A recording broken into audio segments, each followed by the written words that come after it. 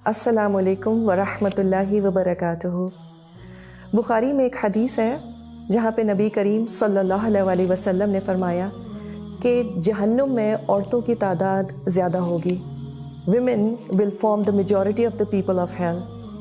इस बात से अक्सर औरतें बहुत डिस्टर्ब हो जाती हैं। अब वो कहती हैं ये कैसे हो सकता है, हम इतना कुछ करते हैं अपने ख़ानदानों के लिए और हम फिर भी जहन्नुम में सबसे ज़्यादा होंगे। इस इशू को डील करने के लिए दो तरीक़े हैं।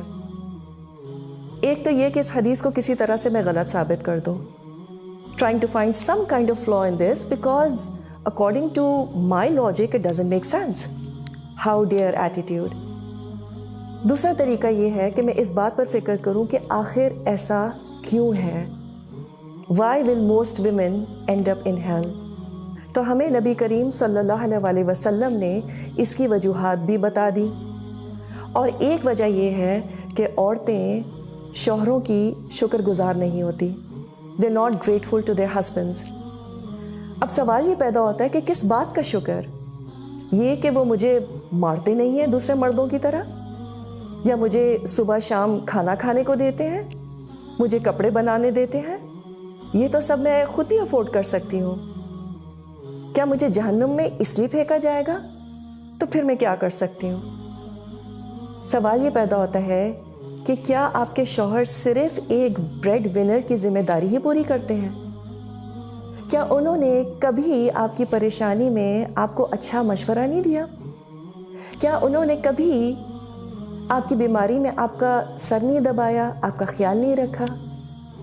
या आप थकी भी हो तो शायद आपको पानी ला के दे दिया हो, आपके लिए कॉफ़ी बना दी हो, किचन में आकर ज़रा हाथ बटा दिया हो,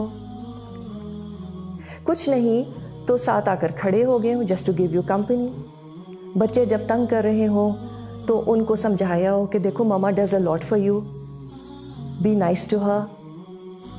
शायद बीच रात में कभी आपकी तबीयत ख़राब हो गई हो और वो उठकर फार्मेसी से आपके लिए दवा ले आए हो। शायद घर की कभी उन्होंने ग्रोसरी कर दी हो, और ये भी हो सकता है कि एक आध दफ़ा ग्रोसरी बैग में से आपकी फेवरेट चॉकलेट निकल आई हो। क्या कभी ऐसा नहीं हुआ कि घर में खाना होने के बावजूद उन्होंने कहा हो चलो let's go out for dinner? क्या ये कभी नहीं हुआ कि घर की छोटी मोटी चीज़ें, कोई नल का ख़राब हो गया हो और उन्होंने अपना आधा संडे उसको ठीक करने में लगा दिया हो? और क्यों? क्योंकि आपको परेशानी हो रही थी। And I can keep going on and on. हाँ, ये बिल्कुल हो सकता है कि ये तमाम बातें आपके शौहर ना करते हों। सब शौहर इतने एक्सप्रेसिव नहीं होते। तब भी अगर हम उनकी ज़िंदगियों को देखें तो आम तौर पर सुबह से शाम तक वो जो इतनी मेहनत करते हैं, किसके लिए करते हैं? और क्या ये आसान है? हम कहते हैं सब मर्द करते हैं, what is the big deal?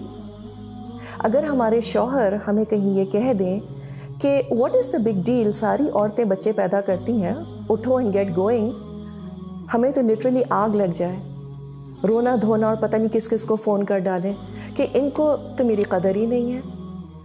तो मर्द पत्थर के नहीं बने होते, उनका सुबह से शाम तक काम करना इज़ अ बिग डील। और हमें करना भी क्या है अपने आप को जहन्नुम से बचाने के लिए? एक लफ्ज़ अप्रिसिएशन का, थैंक यू सो मच, बस that's all Allah aspects from us. जब वो घर आते हैं तो चाय पूछ ली, कुछ प्लेजेंट बातें कर ली, कभी कभी कुछ भी करने की ज़रूरत नहीं होती, बस अपना सारा काम छोड़ के ज़रा हाल हुलिया ठीक करके उनके पास बैठ जाएं जाकर। और इसकी आदत बच्चों को भी डालें। कभी माएँ पिकनिक वगैरह पर अपने बच्चों के साथ क्रिकेट खेलने की कोशिश करती हैं, तो मैं तो एटलीस्ट अपने बच्चों को कहती हूँ देखो इजी बॉल कराना प्लीज़। अल्लाह सुब्हाना ताला is so merciful to us women. He knows us too well. Sometimes he gives us such easy balls to play.